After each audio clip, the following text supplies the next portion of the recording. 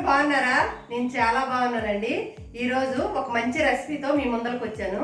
సగ్గుబియ్యం బెల్లం పాయసం అండి. చాలా టేస్టీగా ఉంటుంది. ఎలా చేయాలో చూద్దాం.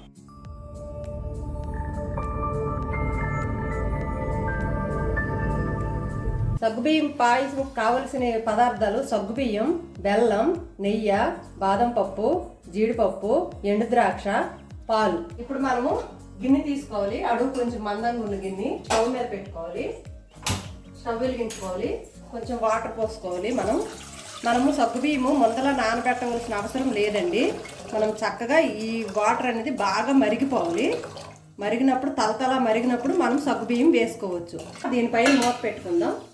మనం పాలు ఒక పక్క పెట్టుకుందామండి. పాలు కూడా బాగా మరగాలి.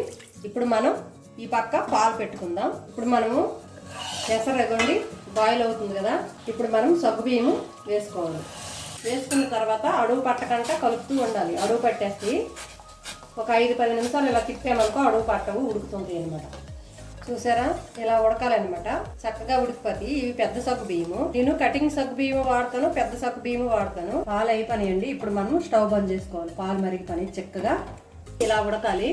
ఇప్పుడు మనం ఇందులో కొంచెము సాల్ట్ వేసుకోవాలండి. ఎందుకంటే స్వీట్ కదా, కొద్దిగా వేసుకోవాలి, బాగుంటుంది. స్వీట్లో మాత్రం ఖచ్చితంగా చిటికెడంతా సాల్ట్ వేసుకుంటే ఆ టేస్ట్ బాగుంటుందండి. ఇప్పుడు మనం బెల్లం వేసుకుందాం. ఇది అరిసెల బెల్లం అండి. ఒక కప్పు వేసుకుందాం.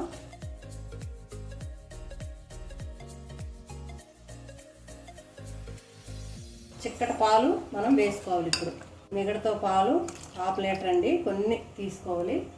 చిక్కటి పాలండి. మిగడతో పాటు ఈ బెల్లం పాయసంలో వేసుకున్నాం కదా, ఇలా ఉడకాలండి. అయిపోయింది. డ్రై ఫ్రూట్స్ అన్నీ ఫ్రై చేసుకుందాం.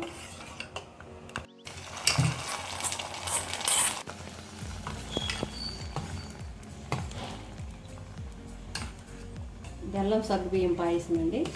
చూసారా ఫ్రెండ్స్, బెల్లం సగ్గుబియ్యం పాయసం ఎలా రెడీ చేసుకోవాలో చెప్పాను. మీ ఇంట్లో కూడా ఒకసారి ట్రై చేయండి. ఎలా వచ్చిందో కామెంట్ చేయండి. ఈ వీడియో కనుక మీకు నచ్చినట్టయితే లైక్ చేయండి, షేర్ చేయండి, సబ్స్క్రైబ్ చేయండి.